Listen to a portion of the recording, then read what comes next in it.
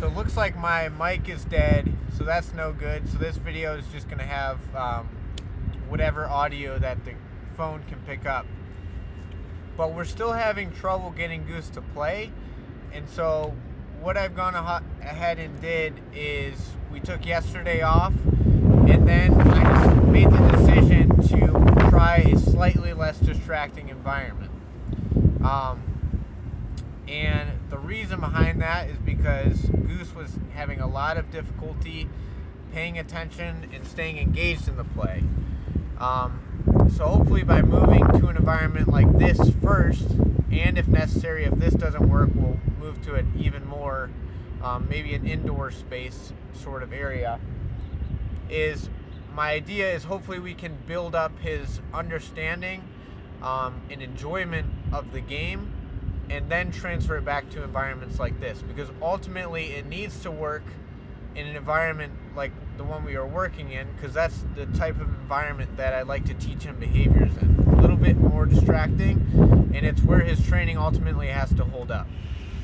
So I'm going to quit talking now and try to get Goose to play.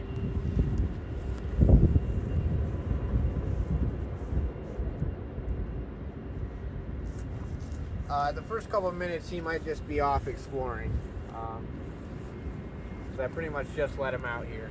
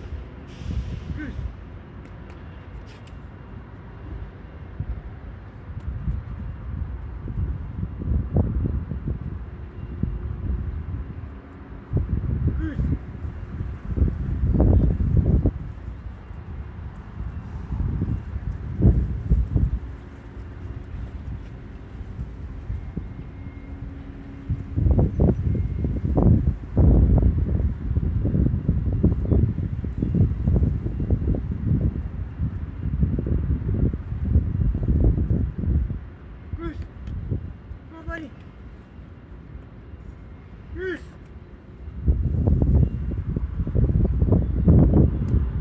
want some water? Want some water?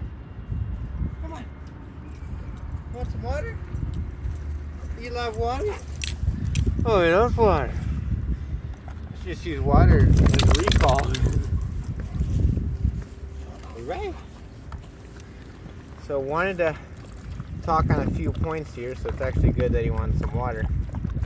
One is I didn't realize I was changing two variables. So I was changing the location, but without thinking about it, I also took the long line off him because we're in a fenced in area. And that also changes another variable, which is it gives him full autonomy and full choice whether or not to interact with me or to smell around this environment. Which in the other sessions, the long line was taking away that choice, as you could tell by him waiting at the end of the line, basically trying to get out into the rest of the environment. So that's one thing. The second thing is here, obviously this is going well, but it's made me notice I need to eliminate one area of conflict in the sessions, and that is when I let him win, which is a essential part of getting him to enjoy the game. That's kind of where the game ends. Now he runs around, has fun throwing it up in the air, but about 80% of the time, and we'll get back into play in a second here, he's sniffing over there. About 80% of the time he runs away, drops the toy, and gets distracted chasing butterflies. If I could eliminate that part of the game, that would be great. So what I'm thinking about doing is throwing just a line on the tug toy, so that way when he wins he can still go around and parade, but I can keep the game interesting by pulling starting to re-engage him in the play, without having to run up to him and do so, because by the time I've run up to him he's already dropped the tug toy. I've got to pick it up, run around. So that's probably what I'll try next session, but for now let's just keep going at it. Get it!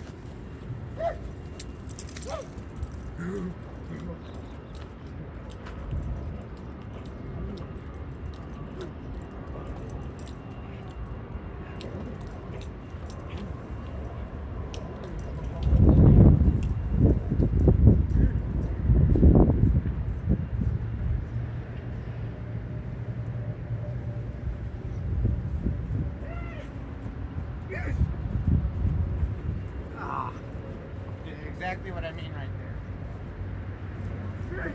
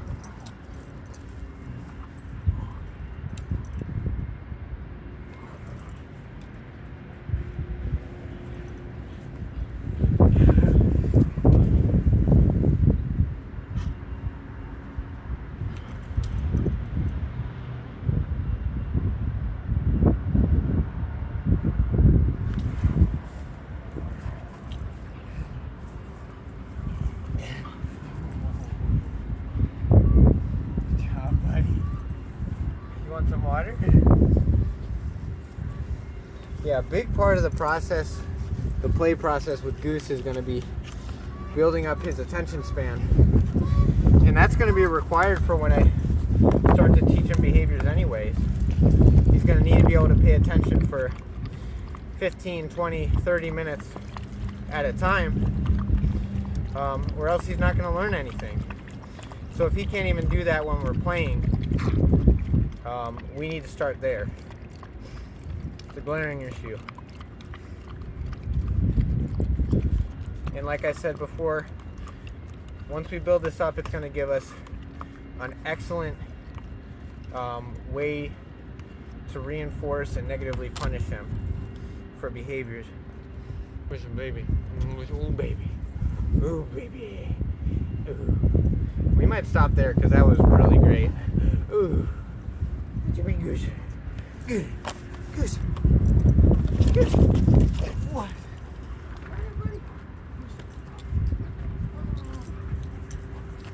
Oh.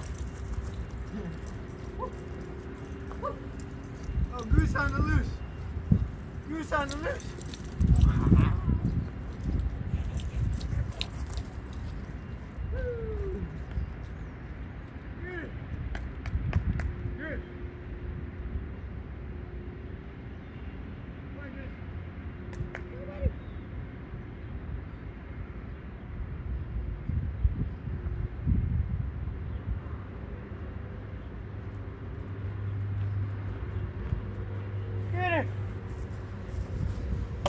All right, he's about petered out.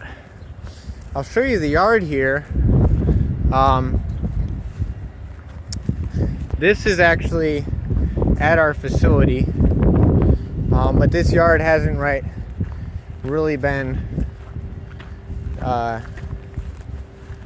properly set up yet for training. This is at our daycare facility. And we don't use this yard for the daycare dogs yet because we need new fencing. And we need to clear out some of the crap over here. But my kind of vision for the space, and I'm really excited, is to make this back area, which is obviously a huge, awesome yard, into a training area.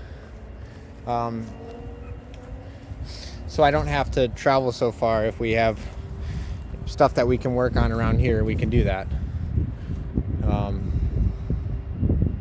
But this is the space.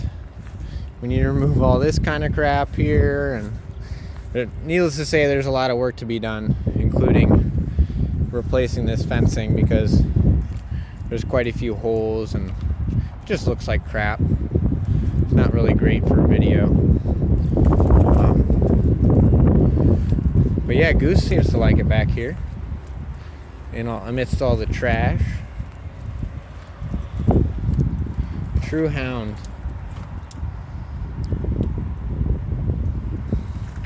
But yeah, I thought that session went really well. Tomorrow I'll make sure to have my mic charged. And like I said, if we can get him really obsessed with a play and environment like this, we can then transfer it back to the larger fields that we were working on, and get his attention there. But this is a good start. Like, there's stuff to smell around. There's a little bit of distraction. I mean, there's some people over there. It's just not as vast as that field. That kind of just asks. It just beckons the hound in him to run and explore. But hey, even worst case scenario, if we can only get him to play really hard in this type of environment, it's fine. We can teach all his behaviors here. That won't be an issue. Obviously preferable if we can do it in an open field, or park somewhere. And the reason being for that, why that is preferable, is because then we're confronting the highest level of competing motivators right off the bat, right as he's learning the behaviors. He's learning to keep attention while he's learning new behaviors. And then when we're working them, it's going to be easy as, you know, it's going to be easy as pie to get him to do those behaviors in that type of environment, because that's where he learned them. Whereas a little bit more generalization needs to happen if we have him in a, you know, more distraction-proof environment like this. Now, if he wasn't playing here, something I might consider, and, you know, we try this for a week just like we did with the park, something I may consider is going to an even more distraction-free environment, like most trainers use a training room, and build up his enjoyment of the game there.